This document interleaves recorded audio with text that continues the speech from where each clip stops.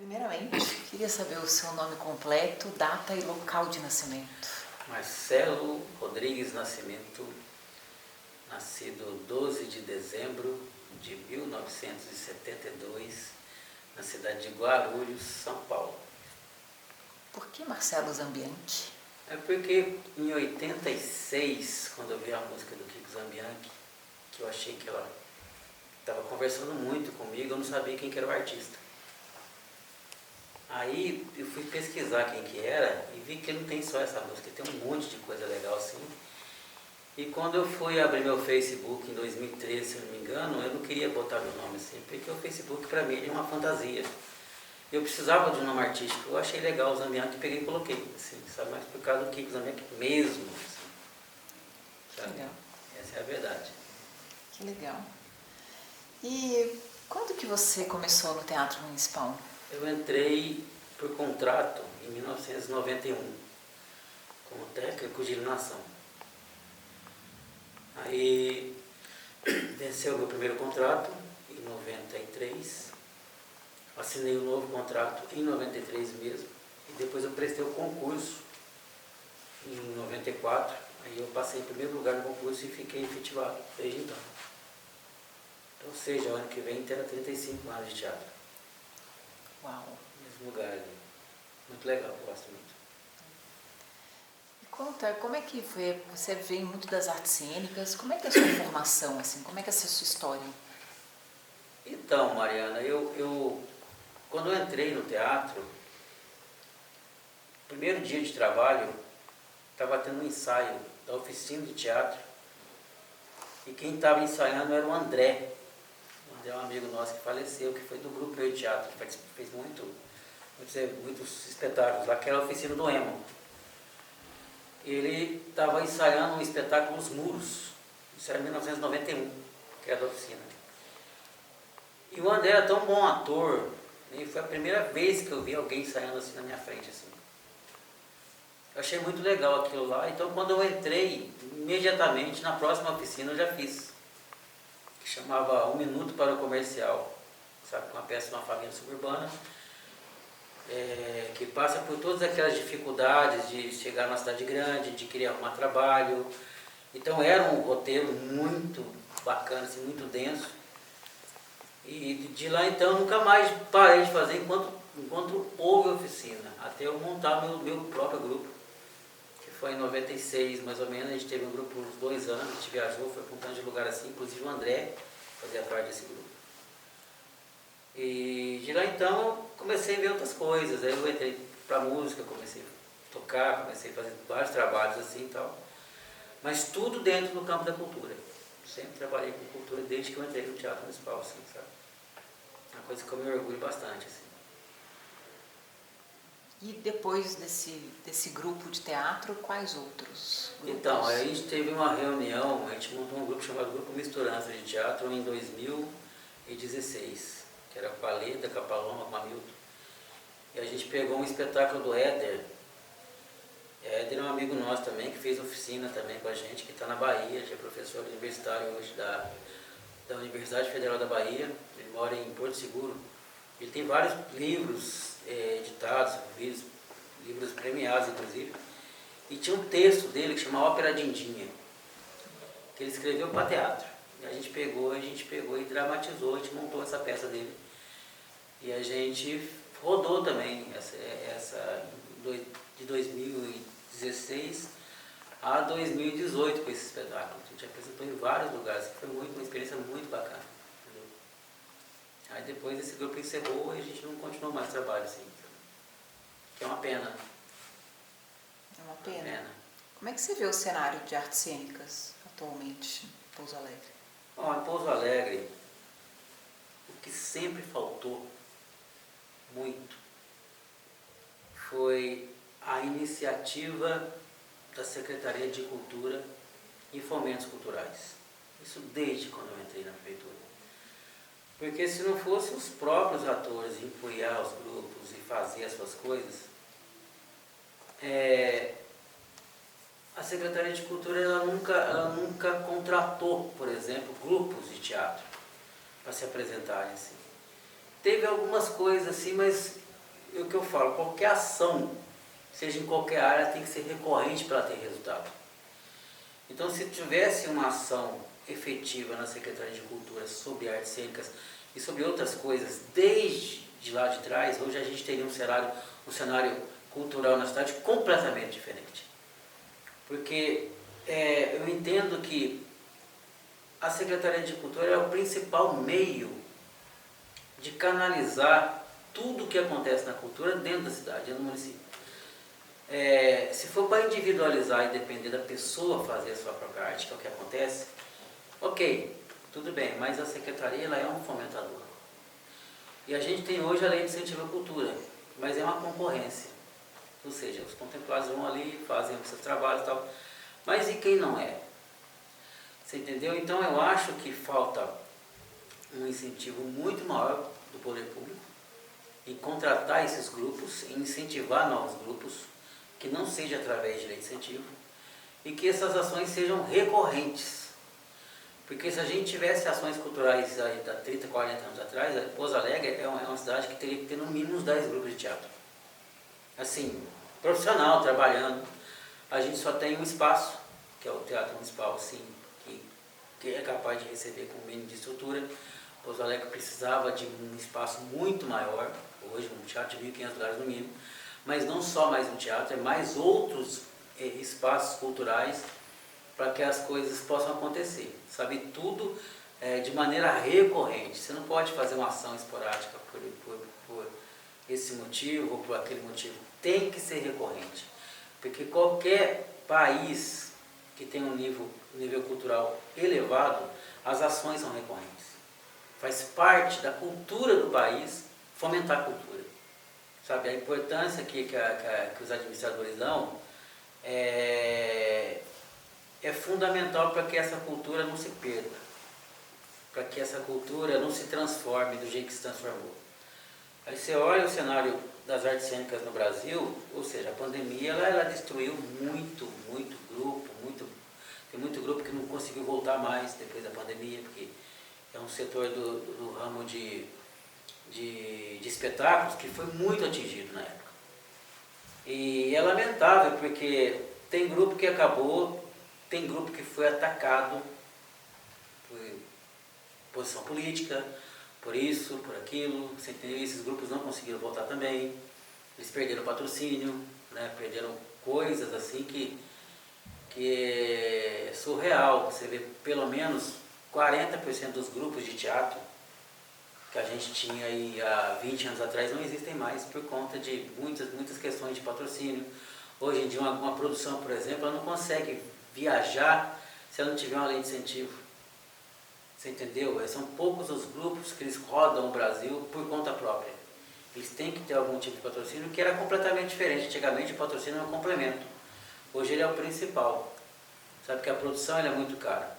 Aí que eu acho que o poder público ele é muito fomentador. Porque vamos supor, se você tem um incentivo do poder público, que ele financia ali um transporte, que ele financia ali uma alimentação, ou senão que ele compre espetáculos desse grupo para poder entregar para a população, por exemplo, isso sim é uma excelente ação, extremamente cultural, uma ação que ela consegue chegar até as pessoas, porque tem muita gente que não tem acesso à cultura, tem gente que tem teatro, que Pouso Alegre tem um teatro, a pessoa nunca foi ao Teatro Municipal. Por quê?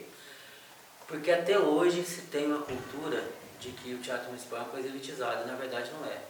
Por mais ações que a gente faça dentro do teatro, levando todas as vertentes que existem de arte lá dentro, mas ainda tem esse estereótipo das pessoas acharem que é elitizado lá. Por quê? Porque antigamente era. Então, essa parte ruim que aconteceu da aristocracia pouso-alegrense, de achar que o teatro era uma coisa elitizada, isso aí impregnou na sociedade. Então, tem muita gente que daqui de Pouso Alegre que passa, que pergunta o que é, então isso não é bom. Sabe, isso não é bom. Então, tem criança que ela nasceu, cresceu, viveu, morreu sem ter assistido um espetáculo de teatro, sem ter tido a oportunidade de ver um espetáculo de artes cênicas, um grupo. Cara, isso é muito ruim, sabe? Eu estou vendo que Pouso Alegre está num limbo que ele não consegue sair. sabe? Por mais que a gente tenta fazer ações culturais, é muito difícil, é muito complicado, porque tem muito pouco grupo, esses grupos não são incentivados, eles não são provocados, as pessoas se dispersam porque elas precisam acabar tendo que trabalhar para poder fazer, então é difícil ter um grupo profissional. Né? E o teatro e as artes cênicas, ela é uma atividade que não existe a menor possibilidade de você querer trabalhar com teatro e ter um trabalho comum. Porque ela exige muito do seu tempo, da sua dedicação, você fica 3, 4 meses ensaiando o espetáculo, e aquilo ali é exaustivo para que o espetáculo chegue com qualidade nas pessoas, e para depois você não conseguir nada para conseguir viajar, para conseguir se manter com esse grupo. Então é uma coisa assim, uma coisa muito dura a realidade, não só aqui de Pouso Alegre, mas dos grupos de teatro no Brasil inteiro, assim, sabe? É muito complicado, porque as artes cênicas, ela exige muito da pessoa, sabe? Aí você pega os grandes grupos de teatro no Brasil, que é o Grupo Galpão, você pega o Grupo Geraldo de Campinas, você pega o Grupo Pontapé de Uberlândia, você pega os grandes grupos, todos eles são profissionais, eles não fazem outra coisa a não ser ter o grupo. Isso é muito duro.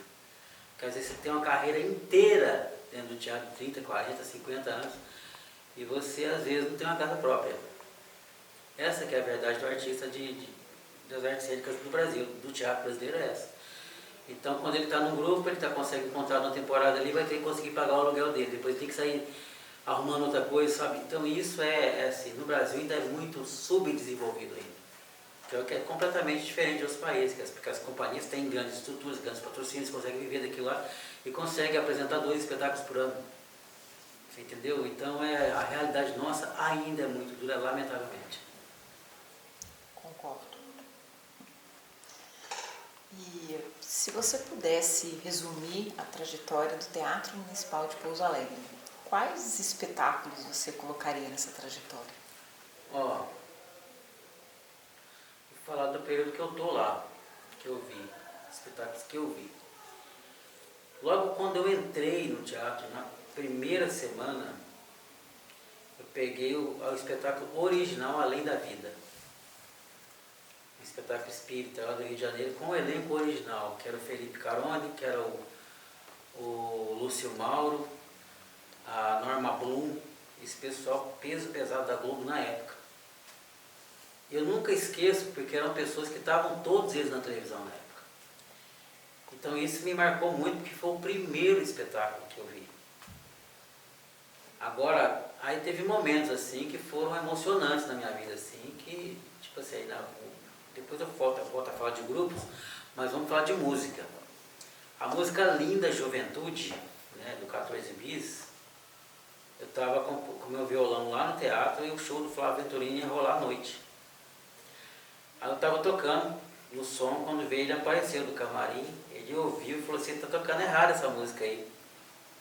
Aí eu olhei para trás, era ele, sim, eu falei, nossa senhora, o cara tá aí. Como é que é, cara? Você está fazendo mais complicado. O som dele, ou seja, ele explicou a simplicidade da música que ele fez, sabe, com o irmão dele.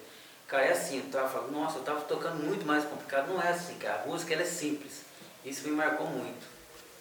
E um dos momentos marcantes também que eu tive foi quando o Loborges esteve no teatro também, que foi uma coisa assim, ele estava fazendo a turnê do Nuvem Cigana, o disco.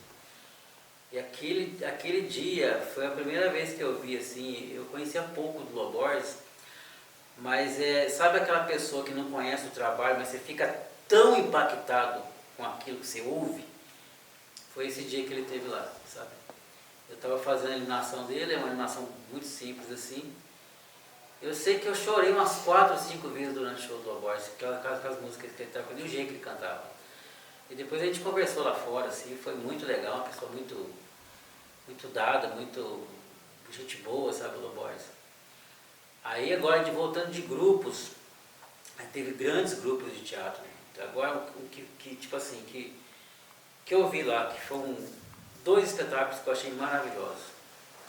Um do grupo Ponto de Partida, que foi Os Ciganos, que foi um dos espetáculos mais lindos que eu já vi na minha vida. Assim. É de chorar de bonito. Assim. Quem tem eu não sei como é que eles estão, porque o grupo Ponto de Partida, eles apresentam, eles pegam os espetáculos antigos, voltam, depois depois eles pegam outros, é igual o Galpão, né? Eles pegam um espetáculo de 40 anos atrás, às vezes apresenta hoje. E eles vão fazendo esse círculo com os espetáculos deles. Então isso era 2007 mais ou menos esse espetáculo, eu achei maravilhoso. E outro foi um grupo que uma coisa que o Lúcio faz que é muito legal, que é a Mostra Lafayette Galvão, que foi um espetáculo chamado Cidade das Donzelas. Um espetáculo do Rio de Janeiro, inclusive a diretora era minha xará de nome e sobrenome, é Marcela Rodrigues o nome dela. Conversei com ela, nossa, trocou muita ideia ali. Detalhe, o texto ele é inteirinho rimado. Ele é inteirinho rimado, coreografado. Então eu vi a dificuldade que foi para fazer aquilo lá e depois transformar aquele espetáculo de 1h40 em poesia. Aquilo foi divino. Eu colocaria esses dois espetáculos como os melhores que eu vi assim, de teatro, assim, sabe? Mas eu vi ali dentro mais de 3.000 espetáculos, sabe? Teve uma época nos anos 90 que vinha muito espetáculo de fora, né? Aconteceu tragédias também, a gente estava com o espetáculo do Jorge Doria na época, ele e Wilton Heve, que era a Gaiola das Loucas, patrocínio da Volkswagen, cenário inteirinho cor-de-rosa. Quando chegou na hora de montar a iluminação, eram as 4 horas da tarde, eles cancelaram o espetáculo, o Jorge Doria nem pro hotel foi. Por quê? Porque o técnico de som dele, se eu não me engano, morreu de acidente na Fernão Dias, vindo de moto. Eles cancelaram o espetáculo, assim, sabe? E tava tudo vendido os espetáculos e tal. Mas foi uma tragédia que marcou bastante, assim. Eu não sei precisar o ano, sabe? Porque foi na época que o Wilton Heve estava parando. Foi a última turnê que ele fez, do Wilton Heve, que é um grande ator de teatro brasileiro, sabe? Era ele e o Jorge Doria na época. E isso foi, assim, foi um impacto, porque às vezes você cancelar o espetáculo, porque pela morte de alguém é complicado, né? No dia do evento. E teve coisas que me marcaram bastante também, foi a conversa que eu tive com o Nelson Xavier. E eu perguntei especificamente sobre um trabalho que ele fez, que foi o Lampião, né? Ele fez esse seriado em 82. Né? A Globo, ela é só uma coisa que ela sempre soube fazer, foi esse seriado, contando a história do Brasil, e isso ninguém tira deles, né? Isso é espetacular, seriado. E o Nelson Xavier fez o Lampião é Maria Bonita, uma série de 82. 3 ou 4 capítulos, foi uma série curta. Quem fazia a Maria Bonita era a Tânia Alves. Aí eu expliquei, eu comecei a conversar com ele e ele falou assim, a Tânia era uma coisa divina de atriz, assim, falando dela, assim, sabe? Que ela chegava, ele ficava meio com receio de tanto preparo que ela tinha para poder fazer, sabe? Então, então a gente está falando de Nelson Xavier, né? Que é um dos grandes atores do teatro e da televisão brasileira e do cinema, né? Eu achei que marcou bastante também. Assim. Então essas passagens assim, foram entre as outras, mas não cabe aqui, é muita história ali, sabe? Esses anos todos, o que você percebe que mais mudou na produção musical na cidade? Olha, para ser sincero, depois das leis de incentivo à cultura, a produção musical ela teve um boom. Pelo incentivo. Você vê a galera indo pro estúdio mesmo, querendo gravar suas coisas, isso é muito legal, cara, sabe? Você vê gente nova fazendo coisa legal pra caramba, sabe? Fazendo áudios assim, gente grande, sabe? Hoje em dia, com a tecnologia que você tem, com pouca coisa, você consegue gravar umas coisas legais assim. Então, eu achei muito interessante essa galera nova que está produzindo música na cidade, sabe? Porque antigamente o que acontecia? A maioria do pessoal que tinha era o pessoal do conservatório, que é o pessoal que mexia com música. Dificilmente um artista que era de fora que fazia alguma coisa assim com mais projeção. Agora hoje não, hoje com o advento da internet e com as leis de incentivo à cultura, todo mundo tem voz e pode gravar através da tecnologia e divulgar o seu trabalho. Então isso é fantástico, sabe? Precisa, sim, claro, de mais incentivo. Acho que os valores, por exemplo, teriam que aumentar, sabe, aqui nessa questão de lei de incentivo. Ter mais dinheiro, e quanto mais dinheiro, mais gente se coloca na roda para poder fazer as suas produções. Porque a gente sabe que mesmo uma produção individual sem patrocínio é uma coisa muito difícil, porque você precisa de pessoas para poder fazer uma gravação, você precisa de engenheiro de som, você precisa de fazer uma captação, você precisa de um estúdio, sabe? Então mesmo que você seja um grande compositor, você precisa de pessoas para te ajudar. Então aí que eu falo que as leis de incentivo, ela melhoraram muito na questão da produção musical da cidade, assim, sabe? Entendeu? É bem interessante. Seu marido mesmo é uma pessoa que, se não tivesse lei, ele faria as coisas dele do mesmo jeito. Mas a grande maioria não é assim, né? Sabe? Então, funciona muito assim, sabe? Você tem que ter um pouco de incentivo para aquelas pessoas que precisam daquele primeiro impulso, aquele primeiro trabalho ali, que é o que acontece no cinema, né? No cinema, você pega aqueles grandes diretores de cinema, todos eles começaram fazendo curta lá atrás para incentivo, entendeu? Foi aí que eles começaram a entender como é que era o cinema e começaram até chegar a ganhar o mundo.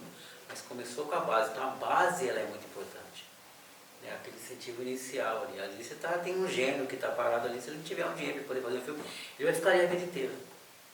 Sabe? Então é necessário que as pessoas entendam que precisam de ajuda, né? Precisam ser ajudadas, entendeu? Isso é importante para que as coisas aconteçam, em qualquer área da cultura. Né? Perfeito. Na sua opinião, você acha que essa nova geração de músicos traz influências das gerações passadas aqui de Pouso Alegre? Olha, eu tenho uma opinião muito formada sobre isso daí. Eu acho que não. Por quê? Porque essa geração nova, eles têm uma linguagem muito peculiar do tempo deles. Eles até conhecem coisas assim, mas então você vê nas músicas, assim, você vê que não há muita influência. Porque as letras são completamente diferentes, os temas são diferentes, o arranjo das músicas são completamente diferentes. Antigamente, quando você pegava uma música, por exemplo, você pega um compositor, vou falar um compositor mineiro, Lô Borges ou Milton Nascimento, eles compunham de uma maneira simples. Mas quando aquilo ia para o estúdio, aí tinha um maestro que ia fazer aqueles arranjos, aí tinha aquele arranjador que o próprio estúdio tinha. Então aquilo se transformava, pegava aquelas letras que são maravilhosas desses compositores mineiros, na mão de um produtor, na mão de um arranjador, de um maestro, aí se transforma, e são essas obras-primas que a gente vê hoje. Agora, essa galera mais nova, o que acontece? Falta vivência musical. É isso que eu falo, tem muita coisa muito bacana, mas na hora da gravação, na hora da composição, eles vão escrever algo que é peculiar ao tempo deles. E nem tudo isso é arte. Você entendeu? Então, uma coisa é você escrever uma coisa que é um trabalho artístico muito relevante. Pela composição, pelo tema, pela métrica, pela construção da música. Que antigamente o compositor demorava muito tempo para pegar e estruturar a música. Agora hoje não, hoje você vê uma turma que ela pega e compõe uma música ali, e ela às vezes não muda nada e quer gravar aquilo lá. Mas dentro da cabeça dela, dentro do mundo dela, é legal. Só que dentro de um contexto artístico não é. Sabe por que é isso? Porque o povo é sábio, sabe? Quando você chega com o pessoal que analisa uma música, se aquela música ela faz sucesso, mais sucesso, uma das músicas mais culturais, é porque houve um trabalho ali maior para que essa pessoa absorvesse melhor esse trabalho. Então você vê muito trabalho superficial dessa moçada mais nova. Falta leitura, falta repertório na hora de compor, você entendeu? Você pegar uma pessoa igual o Chico, igual o Caetano, são pessoas que devoravam o dicionário para poder pegar as músicas, para poder compor as músicas. E hoje você não tem esse trabalho, sabe? Tem algumas pessoas que trabalham assim, mas você não pode fazer esse tipo de comparação. Sabe, eu acho que artistas do nível que a gente teve no Brasil dos anos 30 aos anos 80, por exemplo, nunca mais a gente vai ter. Sabe, é uma opinião que eu tenho assim, porque eu vejo muito, acompanho muito a trajetória das épocas das músicas, entendeu? A gente não acha, até tem assim, mas é muito mais difícil você achar uma pessoa igual o Cartola, por exemplo, que não tinha nenhuma instrução e escrever linhas sofisticadíssimas de música, sabe? Aquilo que eles escreveram são harmonias complexas, assim, entendeu? Mas ele também não era, ele era a exceção, ele não era a regra. né? Então acontece muito isso, falta muita pesquisa. Então, uma coisa, igual o Juca Chaves ele falava, uma coisa é você ser artista, outra coisa é você achar que você é artista. Né? Então ele falava muito isso e é dentro disso, né? Você entendeu? É diferente, você não pode comparar. Mas cada tempo é um tempo, ele é cíclico. Hoje, o que essa juventude está compondo hoje, daqui a 40 anos não tem nada a ver, vai soar muito obsoleto. Só que daqui a 40 anos eu tenho certeza que o pessoal vai estar ouvindo Milton e talvez não ouçam essa galera dessa geração que está escrevendo música hoje, devido à relevância do trabalho e à falta de pesquisa. E a falta, tipo assim, e o lance daquele de ser artista mesmo, você entendeu? Você pega um Ney Matogrosso, ele não precisa nem abrir a boca para o impacto do artista chegar em você. Né? E hoje em dia não tem isso, hoje o pessoal está de camiseta e calça jeans cair na televisão. Então isso assim, um pouco de desdém com a própria carreira, com o próprio artista, sabe? De achar que ele não tem que ter um figurino, que ele não tem que ter uma roupagem. Tem muita gente, não tem que ter. Ótimo, tudo bem. Mas o que você canta é realmente relevante? Porque a partir do momento que você não é uma figura artística e você faz um trabalho que não é relevante, que não tem arte ali, aí você fica parecendo uma pessoa que está fazendo uma coisa sem nenhum valor. Então, e acontece muito isso. Sabe? O problema é que às vezes as pessoas que fazem esse tipo de trabalho fazem muito sucesso, por falta da crítica de quem está ouvindo do outro lado. Sabe? Então por isso tem muita coisa ruim hoje na mídia, porque as pessoas elas perderam o senso crítico, ouve qualquer coisa, aí compartilha, acha que aquilo é aquilo lá mesmo, não vai pesquisar a arte, não vai pesquisar o que realmente tem na música brasileira ou no cinema brasileiro, que é um... O Brasil é um país que produz arte como poucos no mundo, pela diversidade cultural que a gente tem. Poucos países têm o repertório que a gente tem, sabe? E a gente, tipo assim, a gente explora porque o brasileiro ele é muito criativo. Se ele não vai por aqui, ele vai por aqui. Ele não é igual aos Estados Unidos, que tem muito incentivo para a arte, para a cultura, e sempre tiveram assim. Então a gente vai ali pelas arestas, né, que é o que sobra para o brasileiro. Então é lamentável você ver o nível cultural que acontece hoje na televisão, em alguns canais assim, que eles mostram só a parte ruim da cultura brasileira. E tanta coisa linda acontecendo, coisas novas, coisas de interior, coisas realmente que não estão na mídia. Tá? O brasileiro ele consome aquilo que ele vê, que chega para ele. Sabe? Então isso não é bom, sabe? Então o cenário ele é complicado no Brasil e vai permanecer assim, porque a gente tem um mercado aqui que não interessa em produzir cultura e produzir arte. É um mercado que está puramente interessado em produzir dinheiro. Né? Na sua opinião, Pouso Alegre ainda é a cidade da música? Ou ela já foi em algum momento? Olha, eu costumo dizer para todo mundo, a cidade de Pouso Alegre, ela não é uma cidade legal para se viver. Eu falo para todo mundo isso. O que é legal em Pouso Alegre são as pessoas. Porque aqui tem pessoas com talento extraordinário vivendo aqui na cidade, que já produziram muitas coisas. Você pega o movimento da música de Pouso Alegre dos anos 80, você pega o Grupo Imbuí, você pega o movimento do Grupo Hortelã, você pega o Recordando do Vale das Maçãs, que é uma banda de rock progressivo que é conhecida no mundo. Pouca gente sabe disso. Sabe? Então foi um movimento sensacional no começo dos anos 80. Aí o que acontece? Como a música ela transformou muito, as composições elas foram deixando de acontecer. Assim. Então eu acho que o período que foi mais efervescente musicalmente em Pouso Alegre foi no começo dos anos 80, na minha opinião. Por isso, que eram trabalhos de pessoas do conservatório que saíram do conservatório, sabe? Salvo o Grupo Imbuia, que era um grupo atípico, né? O Grupo Imbuia foi um grupo atípico. É um grupo que, se ele tivesse ido para Belo Horizonte na época, na minha opinião, ele teria estourado nacionalmente assim fácil, pelas canções que eles fizeram. E eles eram muito regionalistas, eles cantavam Pouso Alegre. cantavam Pouso Alegre. Então você pega o Raimundo, você pega aquela turma do Embuia, o Mesquita, você pega a primeira geração ali do Grupo Embuia, que era um grupo enorme, era gente com muito talento. E as músicas são eternas até hoje. Sabe? Então eu acho que mesmo que ultrapasse o tempo, o trabalho desse grupo ele vai permanecer aí por muito tempo. Tem um trabalho que eu gosto muito também, assim, que já não estou falando nada, assim, porque é o trabalho do marido Zé. Eu sempre achei ele extremamente bom compositor. Ele tem uma manha com as palavras, que é o lance da composição mesmo. Né? Isso não é estudo. Eu lembro que o Zé Helder estudou baixo no conservatório.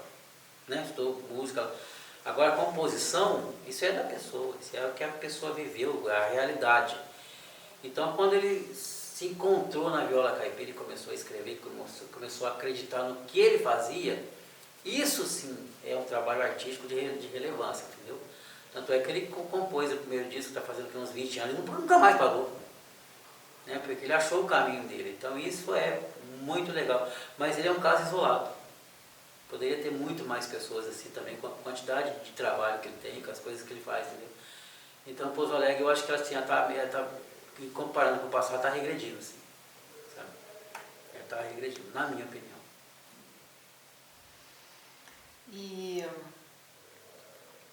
sim, você, enquanto militante da cultura, que Sim. sempre foi, eu acho que sempre será, Sim.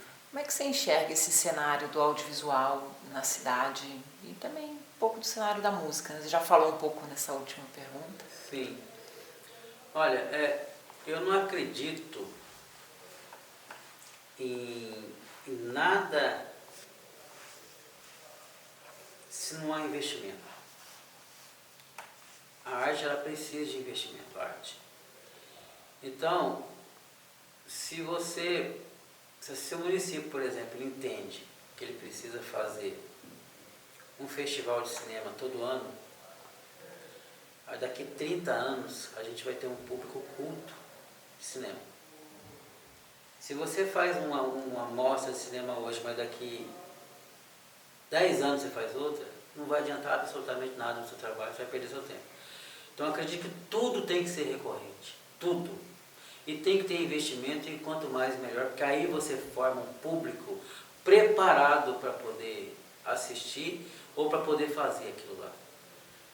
Então não há cultura sem investimento, sem preservação de valores e sem recorrência. Sabe? Então eu acho que tudo tinha que ser através de lei votado na Câmara, as recorrências de tudo quanto é projeto. Porque aí podia entrar um administrador fulano, beltrano, aquele fomento ele ia ter que fazer todo ano. Porque a cultura ela é mais importante do que a administração. A administração ela chega e ela passa, mas a cultura ela fica. A cultura é a identidade do povo. Sabe? É o que diferencia aquele pessoal daquele grupo ali de outro grupo. Então se você não tem um investimento forte, se você não preserva o que você tem, acontece o que aconteceu aqui com a Folia de Reis, que a gente tinha várias folias de reis nos anos 60, 70 e acabaram essas folias. Por quê? Porque nunca houve a cultura da preservação. Nunca houve a cultura do investimento e nem da recorrência. Então esses grupos que tinham, que eram grupos folclóricos espetaculares, as pessoas foram se dispersando e não houve nenhuma tentativa do poder público na época de pegar e reunir essas pessoas. Então a gente acabou perdendo, por quê? Porque foi negligência lá atrás. Era para a gente ter, assim, em Pouso Alegre, com 160 mil habitantes, pelo menos umas 10, 15 congadas hoje. Era para a gente ter uns 30 grupos de folia de reis, que é o que teve em Pouso Alegre no passado. E a gente praticamente a gente perdeu isso tudo, por quê? Porque a ausência do poder público. Sabe? Então, falta de investimento, recorrência e preservação, para mim são fundamentais para poder fazer, sabe? Então se continuar do jeito que está, a gente está correndo sério risco de a gente perder o que tem ainda, lamentavelmente. Essa é a minha opinião. Na sua opinião, o que você acha, qual é a importância do Museu da Imagem e do Som para Pouso Alegre? Extremamente relevante. Não só o Museu da Imagem e do Som, mas qualquer museu que ele tem a função principal, além da cultura extraordinária que ele leva para as pessoas, é a preservação e a continuidade de um projeto, sabe? Então eu acho que a gente perdeu grandes oportunidades da gente ter esse museu desde os anos 60. Pouso Alegre tinha uma produção de cinema fantástica naquela época, de muita gente fazendo coisas nos anos 60, 70. E por que a gente não teve? Aquilo que eu te falei. Porque nunca houve, por parte do poder público, um pensamento para a cultura. Então, o Museu da Imagem e do Som, hoje, ele é fundamental, primeiro, para você fazer um trabalho de resgate do que a gente teve. Arquivo. Você tem que arquivar tudo. E outra, é a distribuição e fazer com que as pessoas saibam o que foi o cinema da cidade. E ele seria também um grande fomentador de novos projetos, sabe? Então, como é que você vai falar que um negócio desse, ele não terá resultado? O Museu da Imagem e do Som, hoje, você pode ver as grandes capitais do Brasil, todas elas têm. Sabe? E tem trabalhos fantásticos. Vamos supor, se você tem um Museu da Imagem e do Som com sede, você imagina você levando um grupo de escola para poder mostrar as produções audiovisuais da cidade para as pessoas.